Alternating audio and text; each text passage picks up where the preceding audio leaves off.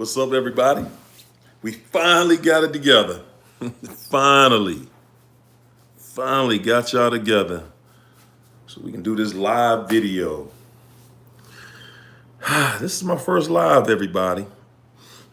So come on here and kick it with me for a little bit. Well, you know what? I was going to do a video, so I guess I'll go into that today. Hey, y'all. Hey, what's going on?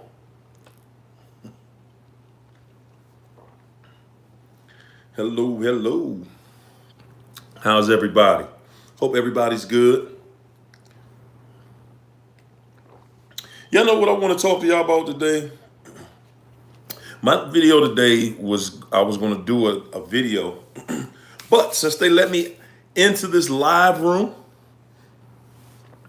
we're going to go ahead and instead of doing a video, I'm going to do this one live. So we are going to talk about, hey, what's up? Today I want to talk to y'all about how the narcissist gets you to take them back time after time after time and give them another chance and another chance and another chance. Okay? That's what we're talking about today. How many chances is enough chances? How many, So when you're dealing with a narcissist, the first thing that a narcissist wants to do to you is they want to bring separation into your life. That's the first thing. They want to bring separation into your life. And they want to separate your mind from your spirit or your soul, your intuition, your inner voice, whatever it is that you call it. The first thing that they want to do to you, or that they have to do, is split you apart.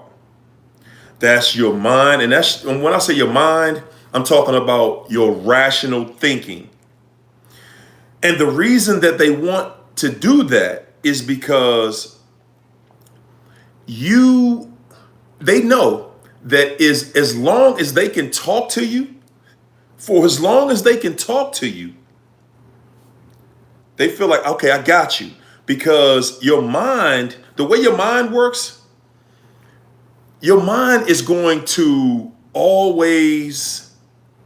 it's always going to try to make sense out of everything. It's going to rationalize everything. When somebody's telling you something, if you think about it, the way your mind works, it's going to rationalize, what, these people are talking about to you. So you're just going to try to make sense of it. So when a narc is when they're doing their manipulation thing with you, you're thinking rational and you're thinking like, okay, well, why would anybody want to just use me like this? I've already told this person how I feel and I don't want to be bothered and X, Y, Z or whatever. So they must be really sorry, or they wouldn't have come back and did all this apologizing and they're crying and all of these other things. But they're doing that because they have a totally different agenda. But the way your mind works, your mind is saying, hey, they must be telling the truth. Look at them. They're crying. They're saying they're sorry. They're apologizing. But the whole time, your mind is telling you, okay, your mind is making sense out of it. Your intuition, that inner voice, is telling you, don't trust it. Don't trust it. So when you're in a relationship with a narc, you always want to follow your intuition, follow that inner voice, follow the voice in here. Because if you're just listening, if you're just thinking it through, they're going to get you. They're going to get you. A narcissist is the best actor you're ever going to meet in this life. The best actor you're ever going to meet. I strongly suggest you not trying to go toe to toe with a narcissist, when you're trying to separate from them. They are very crafty. They are very skillful when it comes to manipulation. I mean, they are so believable, and anybody will believe them. We all have been taken by narcissists. So I would just simply say, if you're gonna bank on the way you think, you're gonna get it wrong. You're gonna get it wrong almost every time, because you're trying to rationalize what somebody's telling you, and your intuition is telling you something completely different. It's telling you don't do it. But that's the reason that a narcissist always wants to separate your mind, the way you think, and your intuition. They have to keep you confused. They have to keep you off balance, because it won't work if you're balanced. If those two are in sync together, they're not going to be able to do what they came to do with you. What they really want to do is bring about the separation from the mind and the spirit, and then they can totally just break you down after that, because you're going to be second guessing everything. The moment they get you away from your inner voice, they're just going to, they're going to have their way with it. They do anything they want to do with you. Okay, and the other thing, I had another person that reached out to me today, and she wanted to talk about why the narcissist gives you the silent treatment. And I just wanted to touch on that real quick because a few people have asked about that. That is one of the narcissist's weapons of choice as well, the silent treatment. Usually they're going to hit you with a silent treatment after they've started an argument or started something with you. They come in, they get something started, and then bam, now I don't have anything to say. Because they've already done their work. And it's something that a lot of people do not know nor understand about a narcissist is a narcissist actually needs both sides of interaction from you. They can't make it with just positive interactions with you. They also need negative interaction with you. They absolutely need it. So when they come to you and they get something started, and you just you might have had a day where you're feeling like, you know what, I'm just not feeling this today. I don't want to go through this, and I'm not going to let this person throw me off. The narc is saying, I'm going to throw you off.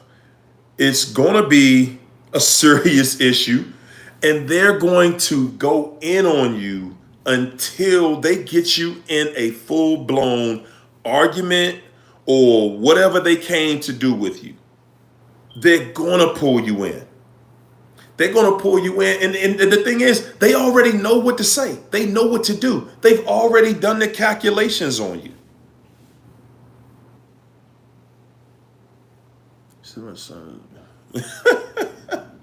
Yeah. So, like I said, the thing is, when you're dealing with that silent treatment, that's their way of gauging how much control over you they actually have. They're gauging how much, they want to see what level you're going to go to. Are you going to stop? They know they just said something to you that was probably disrespectful, something that's going to make you, just pull you into that argument. So if you don't go into it, that's when you create a narcissistic injury, because their attitude is, whoa, I just threw some, fire on you and you're not on fire. You're not burning up. So they'll have to continue. They'll have to say something else.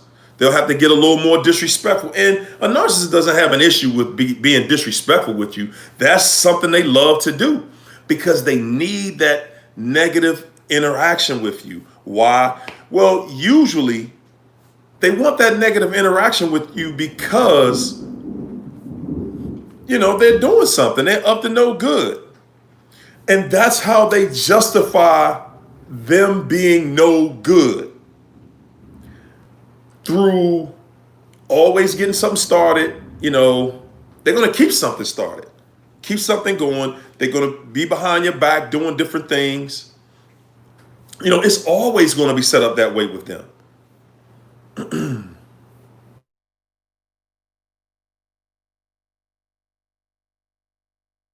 It's a thunderstorm going on. But yeah, like I said, the silent treatment, they do it to torture you. It's done to see where you are. Sometimes it's done after they start an argument. They want to gauge you, see where you are in that situation. But sometimes they'll just give you the silent treatment simply because you've given them a narcissistic injury. And that might have been based on, they asked for something, or you're questioning them about something. But either way, you back them into a situation, and now they're sitting there like, okay, I'm just going to put you on punishment. You're going to sit back. I'm going to put you on punishment, and you'll figure this out later. When I'm ready to talk, it's just another mechanism of control. And again, I'm going to start when I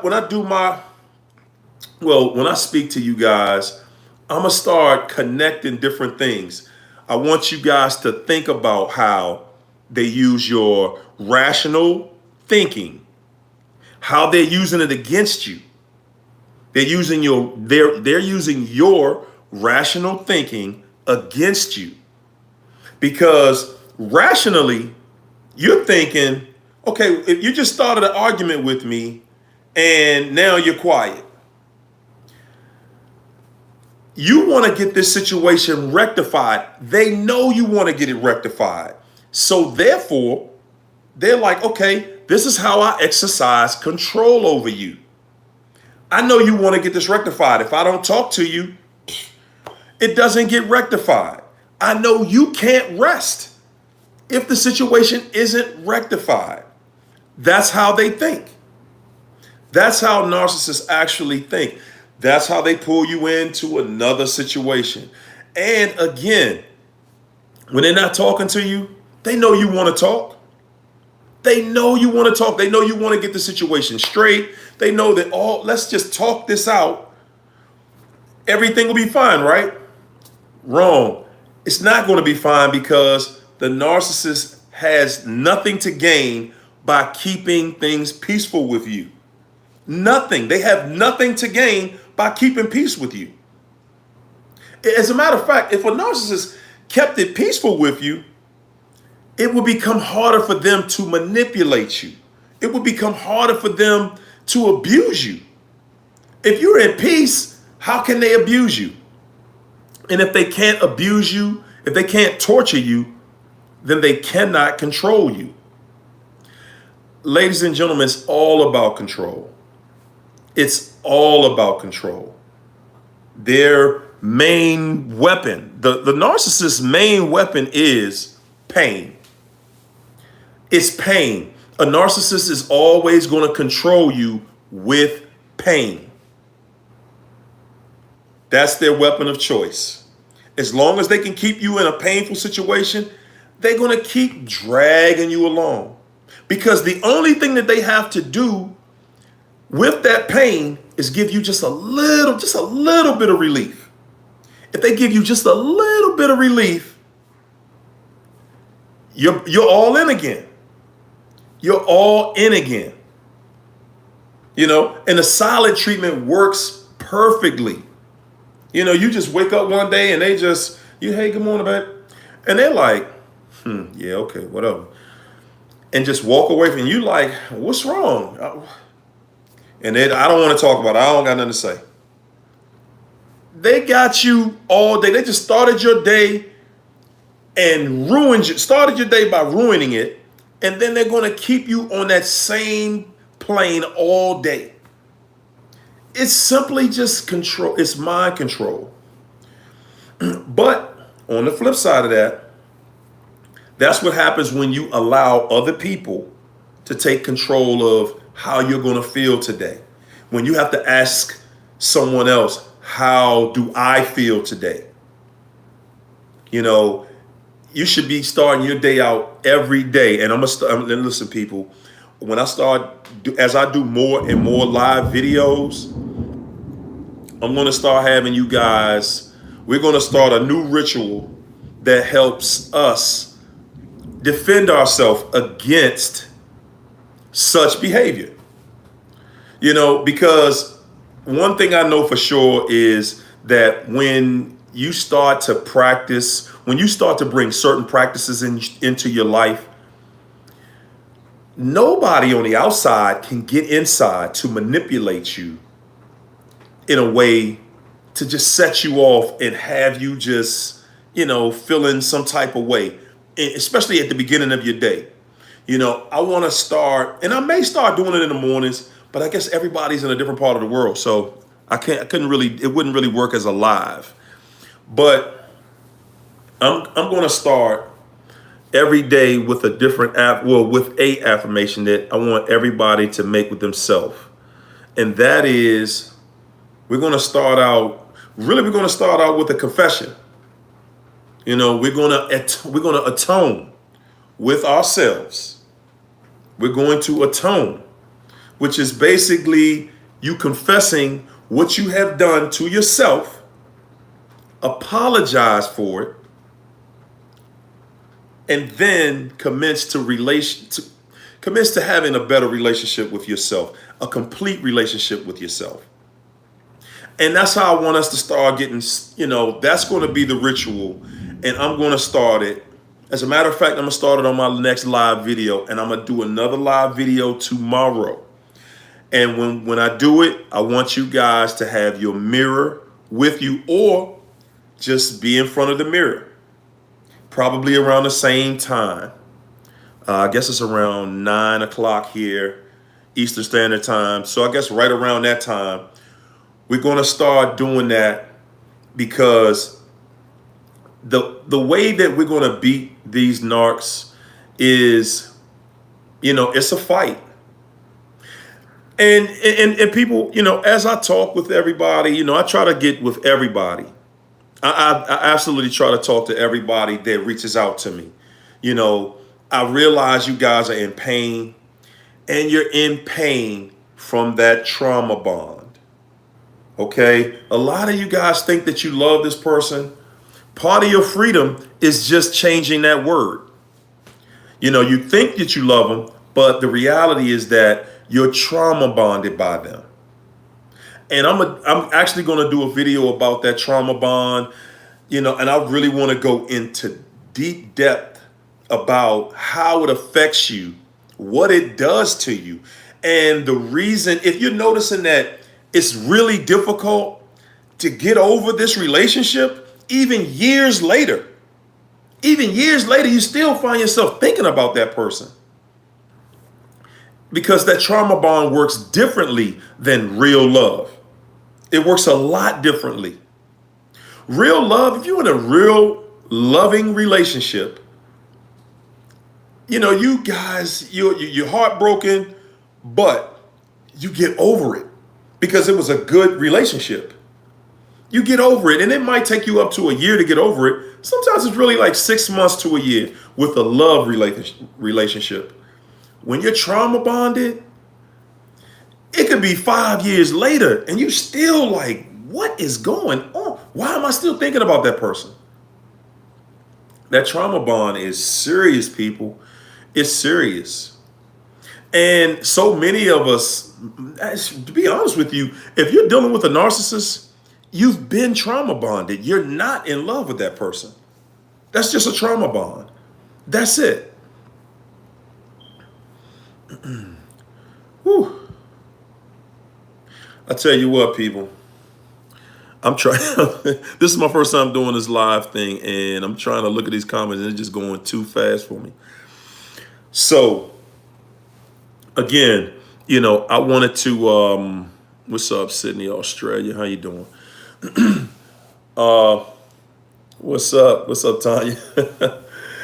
So, guys, I just wanted to say again, I just wanted to come on and do this video. And again, I wanted to address some of the reasons why we are in so much pain And why is it that we always allow them to talk us back into a relationship when we want it out? And you still want out, but you're trauma bonded in and you're just trying to find your way. What else y'all want to talk about tonight? While we on here, we might as well make it worth our while. What y'all want to talk about? How y'all feeling? Nobody's a new supply. You want to talk about the new supply? Everybody want to know about the new supply, though. I'm going to tell y'all, though. The new supply, first of all, it's not a new supply. It's not new. It's just new to you. That's all. New supply been there. Sometimes the new supply been there longer than you. But at the end of the day, people, the new supply is just the new person that the narc is torturing. That's it. The new person they're torturing. Okay? Get off of their social media. You're on their social. I know how that is, though, to want to see it. You kind of want to verify that, they're not living the life. You know what I'm saying? I get that. I totally get that. But guess what? People, the narcissist is the master of illusion. They're masters of deception. They are master liars, master deceivers. They are the devil. They are the devil. It is what it is. If somebody can prove that a narc is not the devil, please show me. Just prove it. Okay? We've presented the evidence to show that they are the devil. Now, somebody show us evidence that they're not. But when it comes to the new supply, people, I want you guys to just get, I know it's difficult to get to that place. And it was difficult for me to get to that place. I got to just be honest with you guys. It was really difficult, when you're thinking about that next person. But at the end of the day, if you're an empath, let me just give you this. While you were in that relationship with the narc, and you were the main supply, you did everything under the sun, under the moon, under the stars that you could do to keep this person happy. You did it. You did everything that could be done to make this person happy. And they still were lying, stealing, cheating, deceiving, everything they could do to you to bring you discomfort, unhappiness. And in the back of your mind, again, that's your rational mind. You're thinking rationally that if they left you, they had to go somewhere with somebody that cared about them more than you did. That's your rational mind. Okay? We have to stop. You cannot use your rational thinking with a narcissist. You cannot do it. It is going to mislead you every time. You're trying to make sense out of craziness. Okay? Your rational mind is going to try to make sense out of craziness, and you're going to always fall back into that trap. But you're thinking that, well, if he left me for this woman over here, she has to look better. She has to make more money. She has to cook better. The sex has to be better. Everything. She has to be a better dancer. You're going to beat yourself up daily, nightly, and everything else trying to figure out what this person looks like. And I can almost guarantee you they don't look as good as you. I can almost guarantee it. Okay? But the bigger thing is that it doesn't even matter. It doesn't matter what she looks like. It doesn't matter what he looks like. They are dealing with the devil. People, you sometimes we act like we didn't just get out of hell with the devil. That's how we act sometimes. Like, I didn't just get out of a towering inferno of hell of the worst degree with this person. And, all of a sudden they're just this loving, inviting person. And for all of y'all to think that, go look at What's love got to do with it? Tina Turner told the story, people. Tina Turner told the story. She was the new supply. She was cute. She had influence. They were popular. They were famous. They had money. They had nice homes. They had everything that you guys are in fear of, thinking that this person that you were dealing with just went and got with Tina Turner, married her, and all this and that. I want y'all to just look at Tina in this, okay? Look at Tina. Tina didn't win with Ike. Tina got tortured with Ike. And that's all the new supply is getting. The new supply is getting tortured. And guess what else? The crazy part about the new supply is that the new supply actually is being tortured because the narcissist is talking about you. Okay? The narcissist is putting you on a pedestal. Picture that, right? Picture that. And you're thinking, well, your logical mind is thinking, well, why would they put me on a pedestal, but they're with them? Because they're putting you on the pedestal because they got to control this person over here. They have to control this new supply. They have to.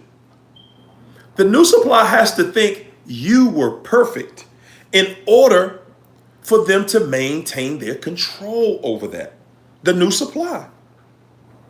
They're going to triangulate them. Listen, if you think that the new supply is just living the life, they're getting all the unlimited sex that they want, and the narc is telling them that they love them, you went through the same thing, and look how you feel now. They're going to get it worse.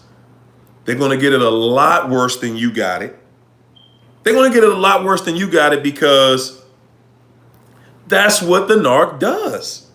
And you actually help them because the narc, they kind of practiced and got some more of their skills together while they were dealing with you. So now, now they're dealing with this new supply, and they're just taking their weapons and they're just having a grand old time with the new supply. Everything that they want, the new supply is already walking on eggshells. They're in the torture chamber. You got to walk right out of hell, and the new supply walk right into it. That's all it is, people. I mean, honestly, guys, if you guys have reached out to me, put your story in, put some of your stories in the comments. That's why I always say, go in the comments, because there are so many people that learned later that, that new supply wasn't everything you thought they were. They weren't all that. They weren't able to hold the narc's attention long enough to keep the narcs away from you. Everybody that the narc has left, they've run back to. Every person. And that's a lot of people. Remember, people, the narc is a body collector. That's all. We see them as human. We see them as people. We want to love them, and we try to love on them and all of that. And people, that's not what they're doing there. That's not what they do. They're not here for that. They absolutely are not here for that.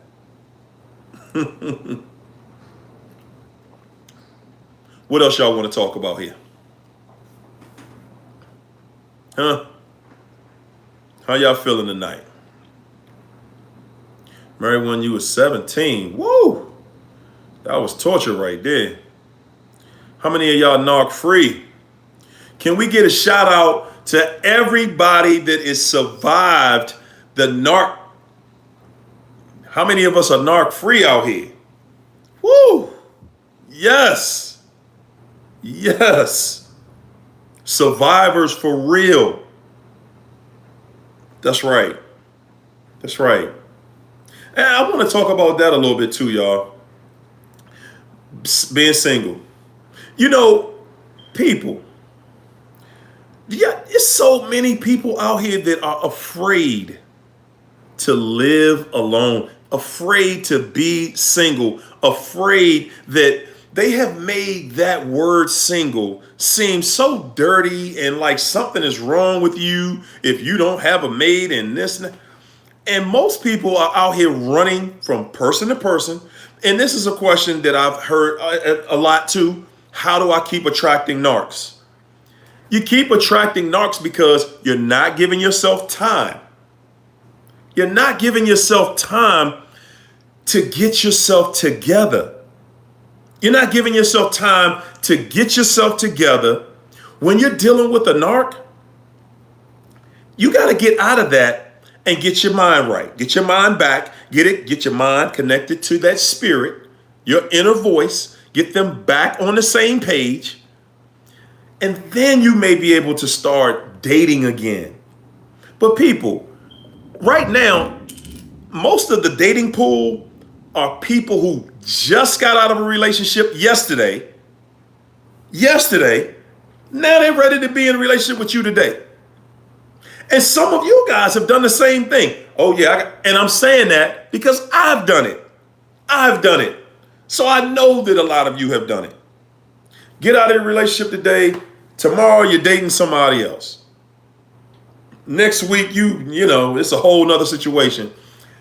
And those relationships are not going to work. They're not going to work because you have not done any work on yourself. You haven't done any work on your mind, your spirit. You haven't done any work on your body. Sometimes you're in the gym. Finances, everything. Every aspect in your life, you should be looking at yourself and saying, I want to go into a relationship, but I want to be healthy. I want to be mentally, spiritually healthy. Okay? Not just physically, not just be in the gym.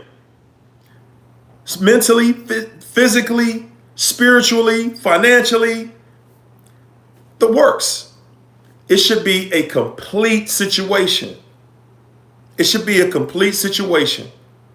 You know, because so many of us are out here dating and not ready to date.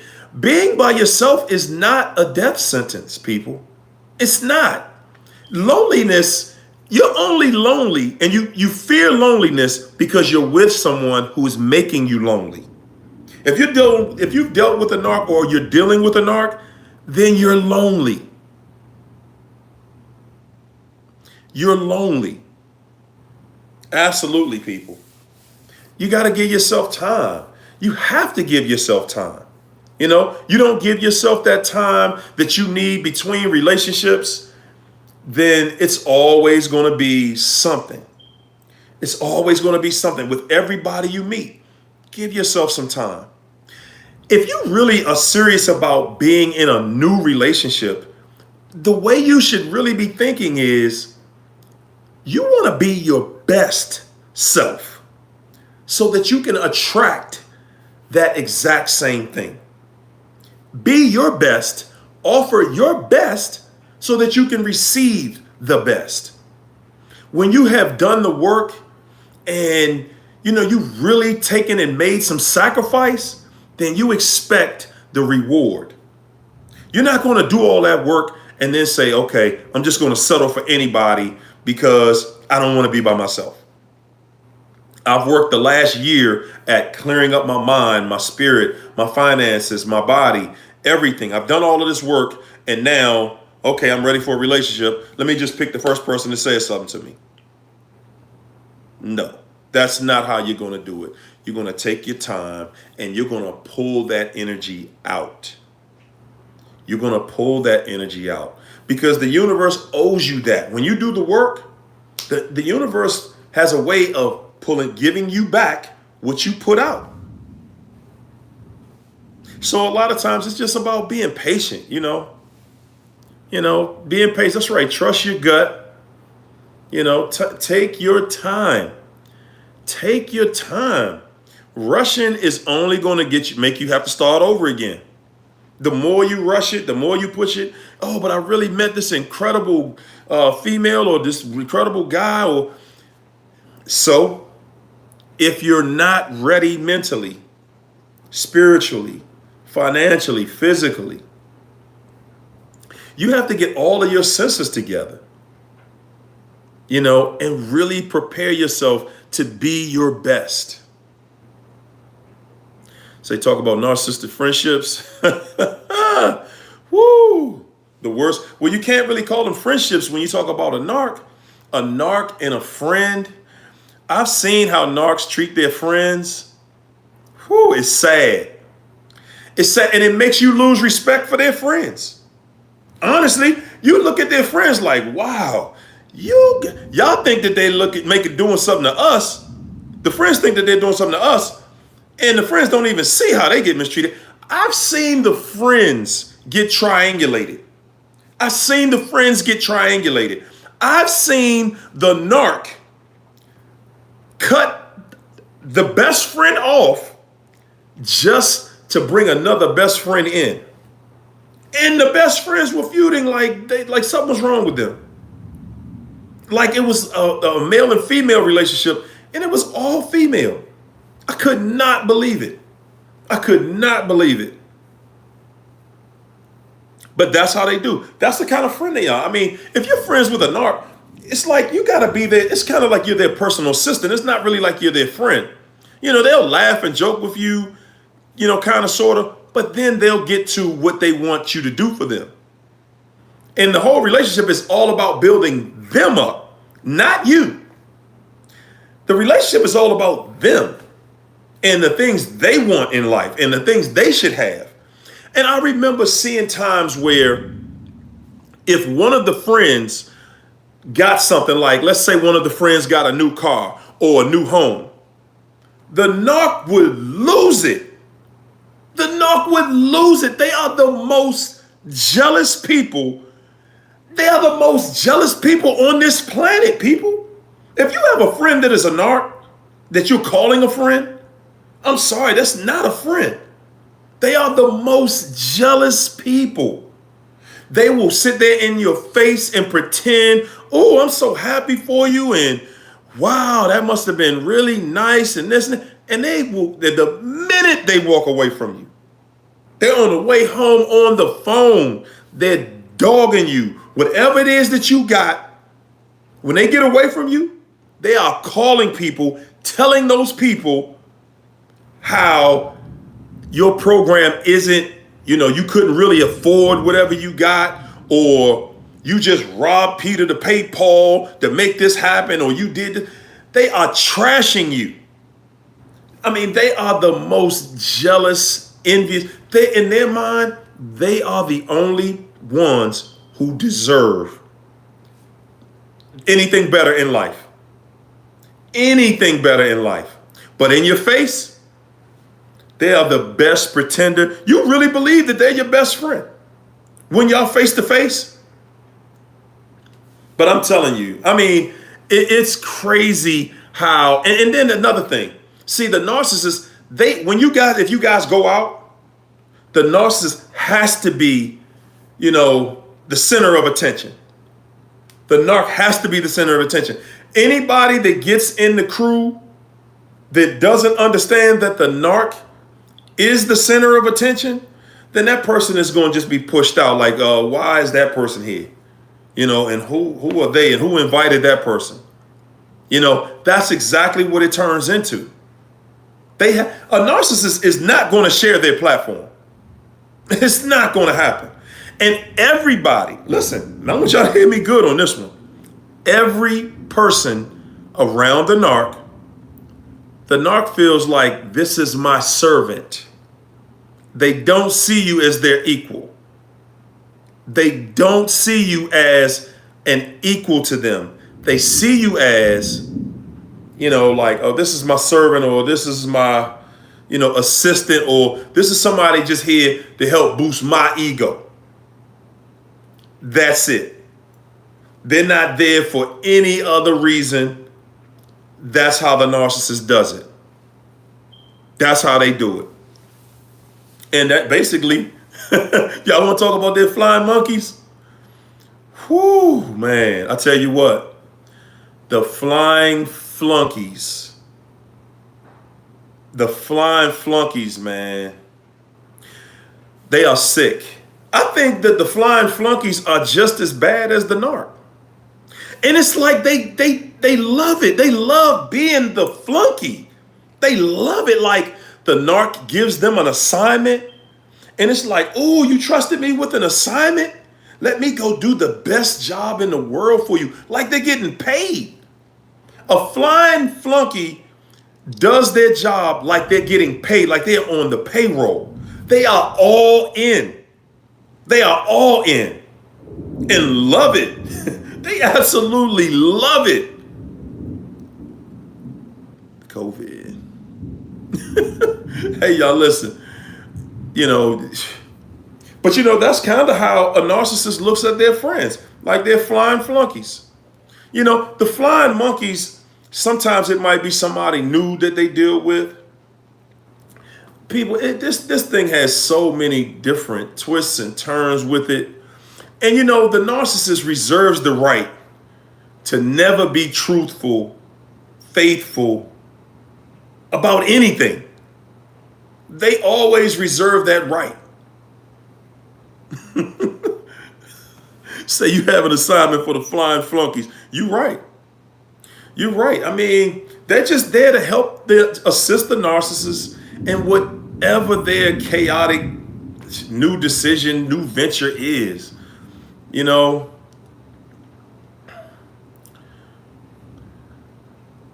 Say the wife is a flying flunky calling you. Say she was calling.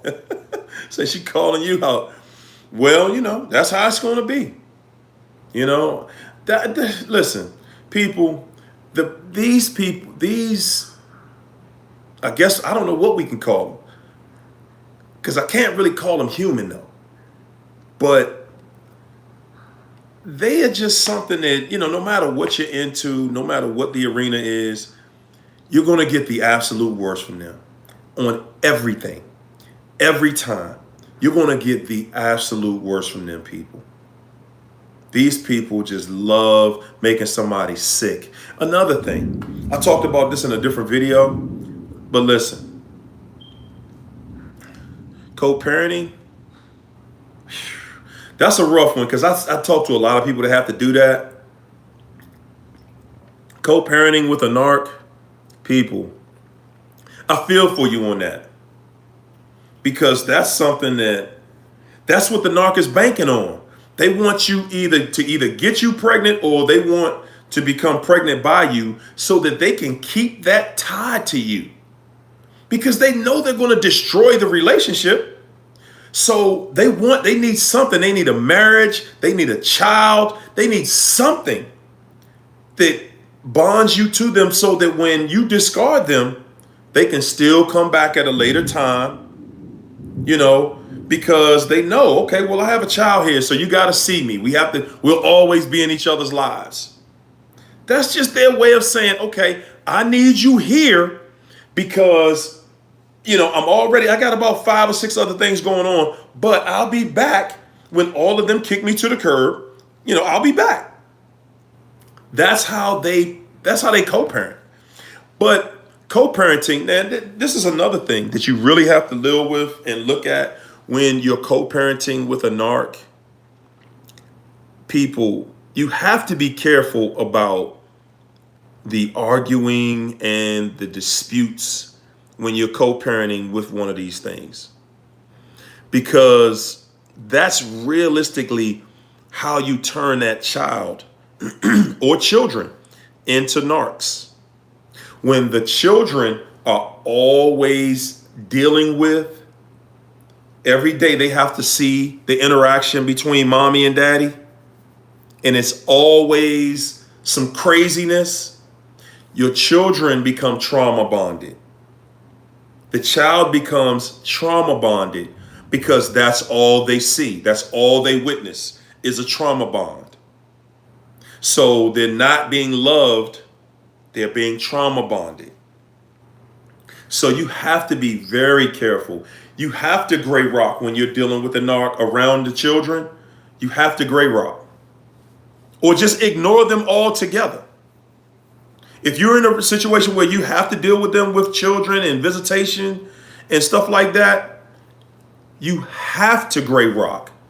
Because you're trying to make an agreement with somebody who does not tell the truth, who has no integrity, who's only there to upset the situation. And that's it. And if you find yourself out here trying to co-parent with one of these things, it's going to be a lot of disrespect. And see, when they see that they can't control you, and they know the kind of relationship that you have with your children, and you're trying to keep the respect around the children. See, when they can't control you, they'll get to disrespecting you, and it'll get right in front of the children. It'll start to happen right in front of the children. And they'll do that because that's how they're going to trigger a response from you. You know? Listen, these people are they sick. They are sick, and that's what they'll do for their fix. They don't care who has to be hurt. They don't care who has to be. They don't care that they're damaging the children.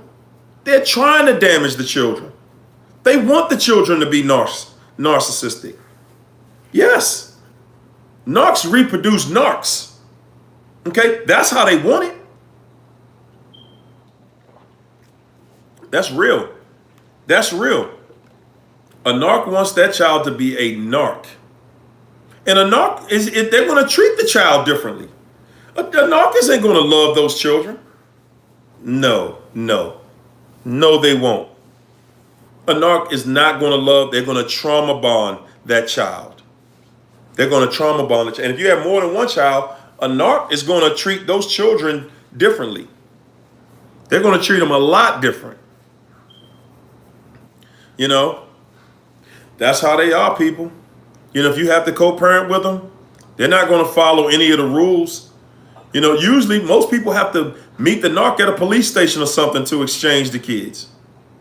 Because that's how dysfunctional they are. You know, no, that's right. They cannot love. That's not what they're there for. They trauma bond. They're here for the trauma bond. That's it. They're here for the trauma bond. You know, like I said, if you have to co-parent with a narc, you know, that's a lot, people. Honestly, that's a lot. That's a lot going on. Say, y'all sure, son. I get it. And also, a narc is jealous beyond, well, we talked about that. Their level of jealousy, man, is just, you just would not understand. You would not understand. You would not get it. These people are just wicked on every level. They only are around you to wreak havoc. That's it. Wreaking havoc. That's it. You know? Insecure. Woo! Y'all want to talk about insecure? Okay. Hold up. I got to find the super chat. Y'all throwing too much stuff out there at the same time. I just got this figured out. But yeah, they are insecure people. I mean, we could sit around here and talk about that for hours on end, you know. And you got to also understand that they are a narcissist. Everything that they say about you or say to you, it's just a projection. This is the same thing that's coming out of them. They accuse you of cheating. If they accuse you of lying, they accuse you of stealing. Trust that they just did that. Whatever they accuse you of, they're doing it. Okay? So you want to know how to get them back? Y'all want to know how to get them back? The thing is, are you going to do the work that it takes to get them back? So I do want to address that, though. People, for everybody that wants to get the narc back and you want them to hurt and you want them to feel that pain the way they made you feel that pain, there you go. It's all about karma. This thing called karma. I know you want them to hurt right this second, but this is what you have to remember. A narc is not like you. Okay? The things that hurt you, they don't really hurt the narc the way they hurt you. But the things that hurt the narc, don't hurt you the way they do the narc. See, if somebody cuts you off and goes no contact, you pretty much like, okay, whatever. Ain't nobody thinking, okay, cool. With a narc, no contact, they're already insecure. They're already insecure beyond your wildest imagination. And when somebody cuts them off, that really compounds that insecurity in them. Because they already know that they're not worthy of anybody liking them in the first place. So when somebody cuts them off, when you cut them off, whew, see, I got to put a little more expression in that for you guys, because y'all want to do something like they're doing. You know, you want to go out and you want to cheat on them, and you want to, cheat on them with their family members like they probably did yours and stuff like that. But people, that's just the pig trying to get you dirty. You don't want to do that. And the reason that you don't want to do what they do to get back at them is because the way the story's going to be told at the end is that you were the lying, dirty cheater. Okay? You were the lying. They've been cheating on you for the whole relationship, but as soon as you join in on the fun, now you were the reason that they were out there all of those years and doing all these things to you. You are the reason. Listen, you want to really pour gasoline on a narcissist? Man, cut them off. And not only cut them off, before you cut them off, just cut them off. That's the best thing. But even if you still communicate with them, everything that they say and do is going to be for purposes of bringing you pain. They're going to have a new person, and then sometimes they're going to call you and tell you about it. They're going to tell you about the new person. So all you have to do, honestly, you just give them that gray rock. Oh wow, like, yeah, you and your new person. Hooray. Now, like, are you done yet? It is nothing more uncomfortable to a narc than you being bored with their story, their life story, with their fake success, with their fake happiness. When you pay them no attention, people, when they can't be the center of attention, that's torture to them. That their life isn't important.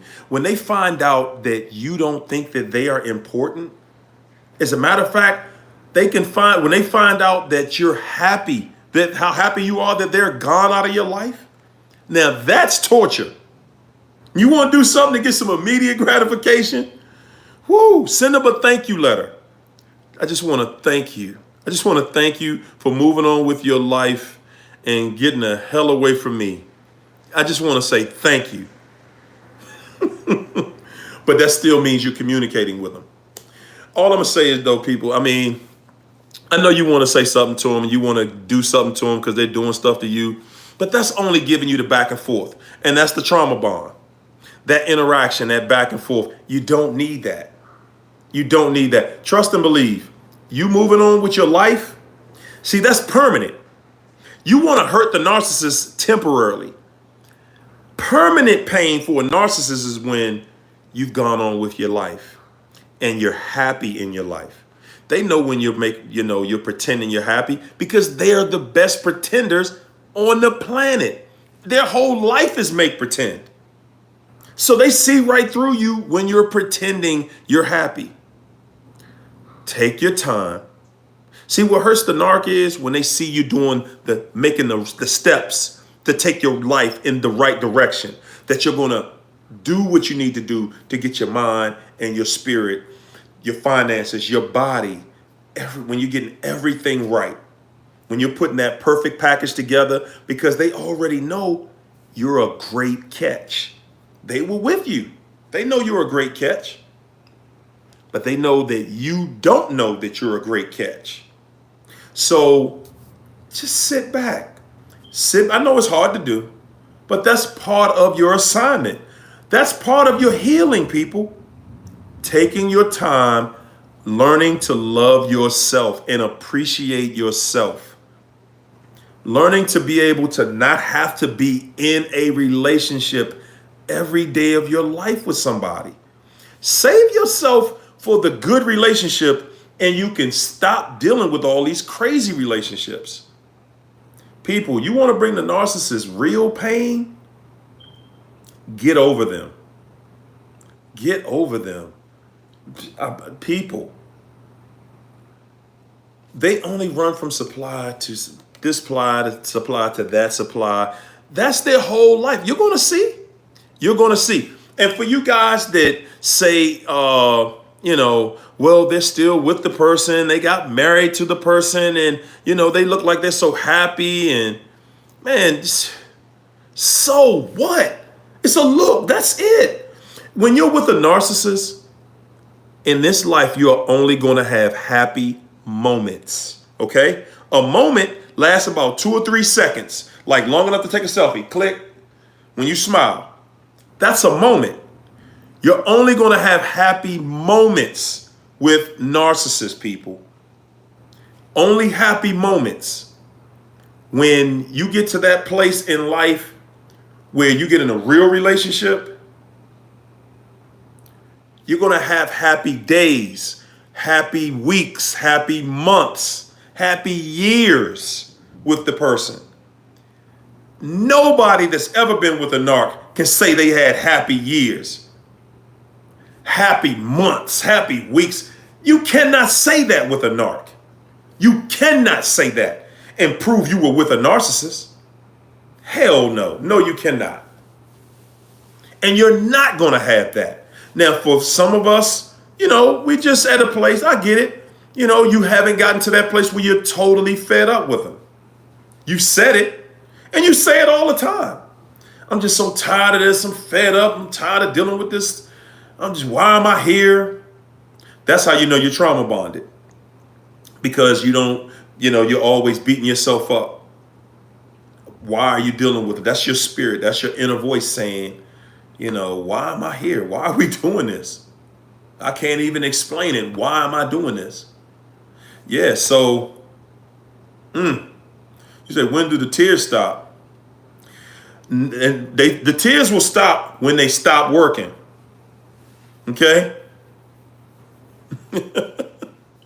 The tears will stop when the tears don't work anymore.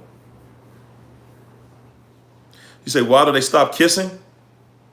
They actually stop kissing because, believe it or not, a narc can fall for you. They can. But a narc will stop. They stop the kissing what I mean by kiss, they stop the passionate kissing, like in the mouth with the tongue. They stop doing that stuff because that's something that develops feelings. The way our bodies are and our minds, spirit, everything is designed, that is something that's passionate. And if you do it enough, you develop feelings for the other person. The narcissist sees that as a weakness. And if they actually start feeling for you, they're not going to want to torture you as much or the same way. They actually are vulnerable to torture at that point. So they're not going to be, the intimacy stops. It stops. It just becomes, a sex act with them. The intimacy stops. And every now and again, they give you a little something. Every now and again. But for the most part, all of that stuff just slows down to next to zero. Everything romantic about, intimacy with them. So you figured out they never loved you, huh? No, they don't. They don't. They don't love for real. They trauma bond. Remember that. They trauma bond. A narc does not love. They trauma bond. Absolutely, they're selfish lovers. Absolutely. It's going to be all about them. Say going knock free is like going drug free. You're right, because it's the same effect. It's the exact same effect. Hey, look, guys, I appreciate y'all coming out. I'm telling y'all, I love hanging out with y'all, man. I do. This is fun to me. And I love just giving y'all my experience on this. I know I don't get on there and tell y'all all of my story and this and that, but I'm going to just say this. I have more years dealing with narcissists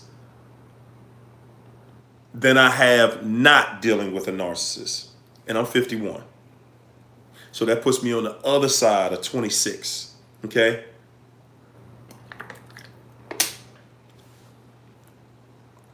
I'm going to pull you back, huh? Hey, thanks for all my new subscribers. Hey, y'all, from all over the world. I'm going to come to your country to see you, too.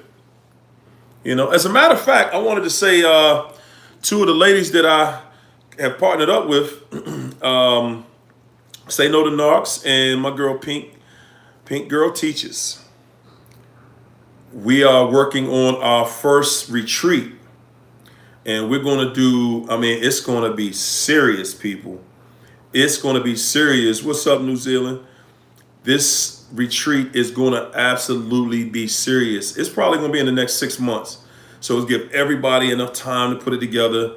We're still working out the logistics, but we're going to put something really nice together.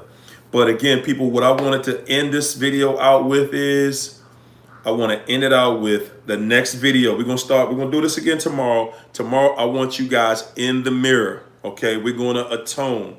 I want you in the mirror, because this is vital when it comes to healing. The pain that you feel, how you're getting over it. Yeah, I'm from DC. The pain that you're trying to get over, we're gonna work out. We're gonna work that out. We're gonna work you out of that. We're gonna work you out of that pain. For people that want to get out of it, everybody doesn't. But for the people that do want to, I'm gonna give you everything that I have to help get you to the place where that pain will stop affecting you like that. Okay? I need you in the mirror tomorrow, okay? Tomorrow we're gonna be in the mirror. Yeah.